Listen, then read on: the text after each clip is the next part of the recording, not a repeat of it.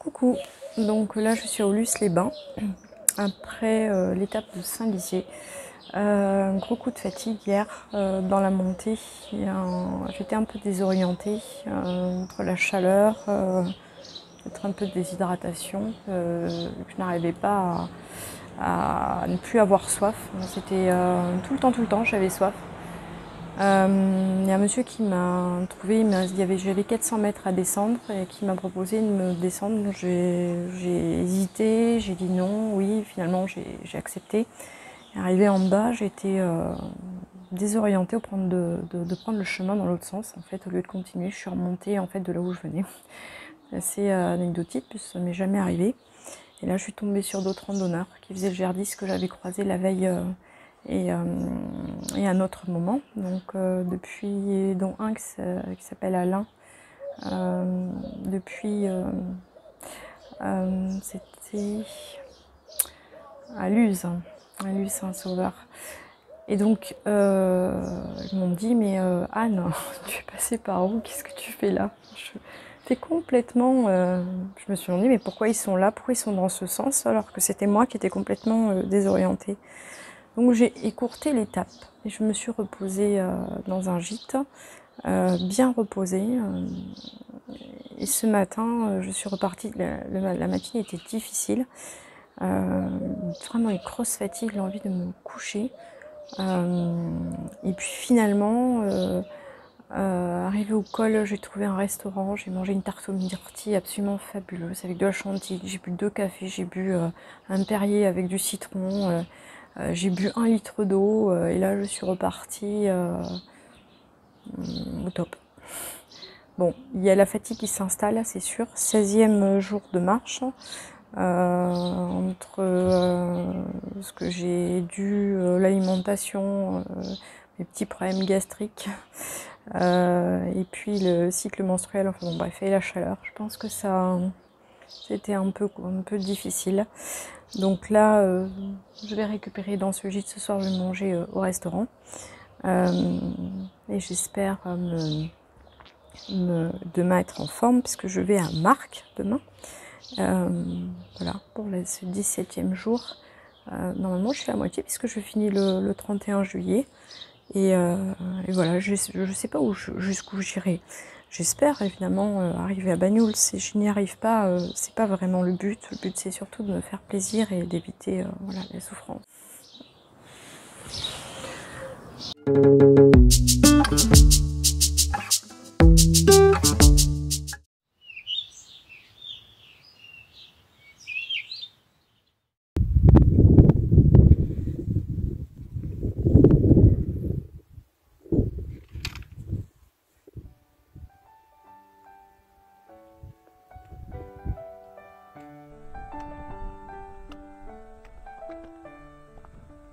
Et me voici en chemin vers les étangs de Bassiès. Ce sont un ensemble d'étangs situés entre 1594 mètres et 1663 mètres d'altitude dans le parc naturel régional des Pyrénées ariégeoises. Ici, je suis dans la vallée de Vic-de-Sauce. Alors, les étangs sont naturels, mais l'eau qu'ils rejettent est en partie captée pour produire de l'électricité dans une petite centrale située 300 mètres sous l'étang le plus bas. Les étangs sont aujourd'hui un site très prisé par les pêcheurs montagnards.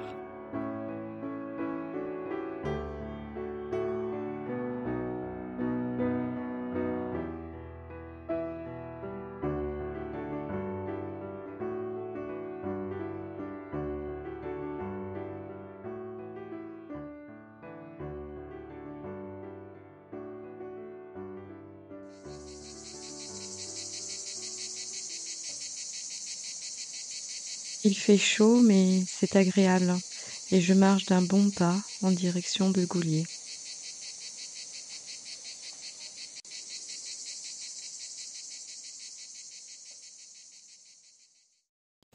Coucou, bon, juste quelques mots pour vous dire que je suis bien arrivée à Goulier et j'ai même eu quelque chose de très sympa ce soir. J'ai fait une bonne récup au gîte de Goulier, j'ai retrouvé Bastien avec qui j'ai dîné, Alain, j'ai fait la connaissance de Marie-Françoise et de Nancy. Coucou, donc là je suis dans le village de Siguer, après Goulier. Je suis partie ce matin vers 6h15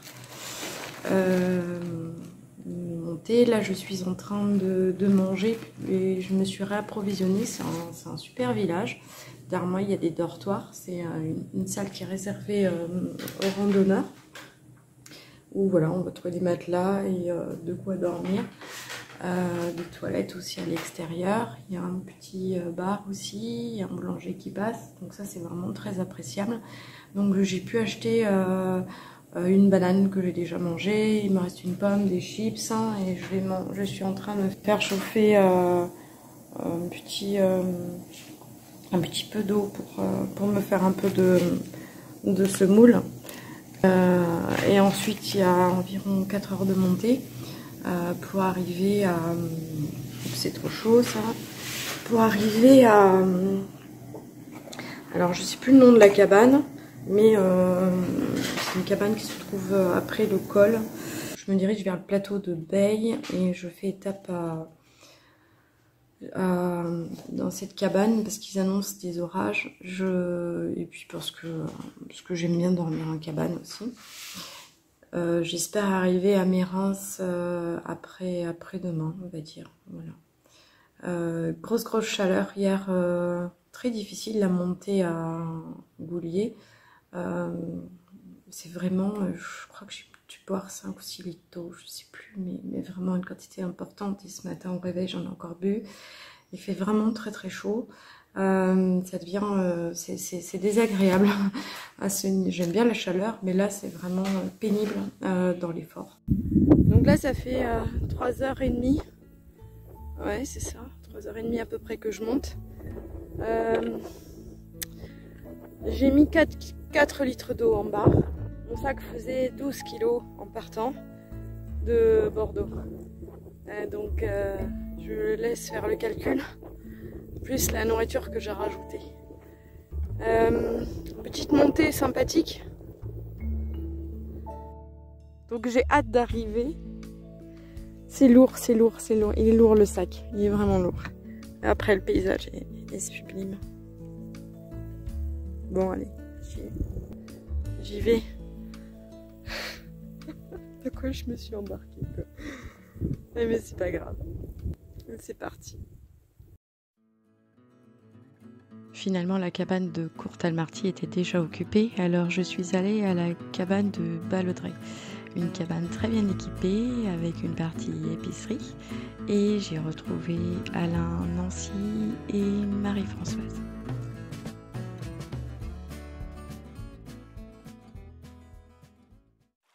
Toujours en direction du plateau de Beille, je fais une petite pause pique-nique juste à côté de la cabane de Clarence et au bord du ruisseau. Le plateau de Beille est l'un des premiers sites nordiques de France. Il offre la possibilité de faire de nombreuses activités en été comme en hiver et il y a même des balades en chien de traîneau. Coucou, donc je suis à Angaka au plateau de Beille pour ce J20, plutôt en forme même si la fatigue est toujours présente, surtout que la nuit dernière a été plutôt courte. Je suis en bonne compagnie avec des... particulièrement je pense à Marie-Françoise que j'ai croisée il y a quelques jours en quittant Aulus. Elle était par la fenêtre et elle m'a demandé si je cherchais mon chemin. Je lui ai dit oui, elle me l'a indiqué et comme c'est assez souvent le cas, je suis partie. Elle m'a dit droite-gauche et je suis partie dans une autre direction et il se trouve que je l'ai retrouvée plus tard au refuge de Bassiès et ensuite à Goulier. Et hier aussi à la cabane, voilà. Et ce soir, elle est également là avec son amie. Et bon, c'est sympa, ce GR10, c'est sympa avec ses connaissances. Des fois, j'ai l'impression qu'il y a radio GR10. Bon. Je pars tôt, avant le lever du jour, car c'est une longue étape qui m'attend pour arriver à Mérins-les-Vals.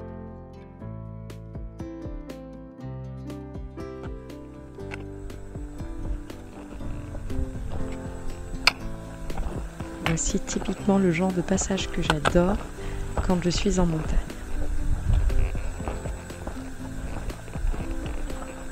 Bon, je suis en grande forme, motivée, même si je sais que cette étape va être vraiment très très longue et que je risque d'arriver la tête à l'envers à Mérins. D'ailleurs, je ne sais même pas encore où je compte bivouaquer.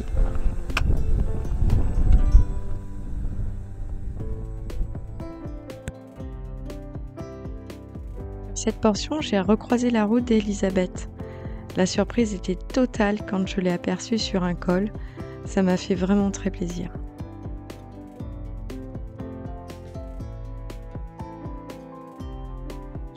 Alors, Mérins-les-Vals se situe à 1100 mètres d'altitude. C'est un village qui est connu pour son église romane qui date du Xe siècle, pour le cheval de Mérins, mais pas que. Pour ceux qui ont envie de réconfort, d'un bon moment de déconnexion en pleine nature, Mérins est aussi connu pour ses sources d'eau sulfureuse, vierges de tout aménagement thermal. Alors j'ai fait une petite bêtise. J'ai carrément... Je voulais jeter la poubelle et en fait j'ai mis ma popote dedans et j'ai jeté la popote à la poubelle. Donc je suis repartie, j'ai posé mon sac et je suis repartie au lavoir d'avant où j'avais lavé mon linge et pas de popote. Donc je me suis souvenue que j'avais jeté la poubelle et je me suis dit elle est peut-être dans la poubelle. Et donc ils étaient en train, enfin bref, j'ai réussi à la récupérer dans la poubelle, c'est un monsieur qui me l'a rattrapée. Ils sont bien sympas. Un petit acte manqué là, une nuit un peu fatigante. Mais bon. D'ailleurs, il y a une petite épicerie qui est pas mal du tout. À côté de la gare, ils prennent pas encore la carte bancaire, mais ça ne saurait tarder. Et ça m'a bien dépanné. Voilà. J'ai une petite douleur au pied. Et c'est un petit peu gênant. Donc je vais peut-être lever le pied justement. Voilà. Allez, on continue. Donc direction GR10, refuge des Bézines. Hop là! Même pas, hein. Bref, un petit peu de soleil, un petit peu beaucoup comme d'hab. Le soir risque d'orage. On verra ce que ça donne. J'ai jamais découvert Mérins comme ça, je le connaissais, mais bon. Allez, j'y vais.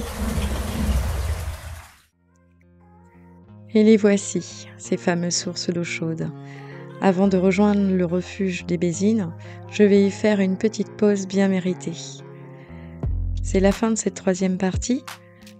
Pensez à liker, à partager, à vous abonner et à activer la cloche si vous souhaitez recevoir la prochaine vidéo. À très bientôt pour la suite de cette aventure.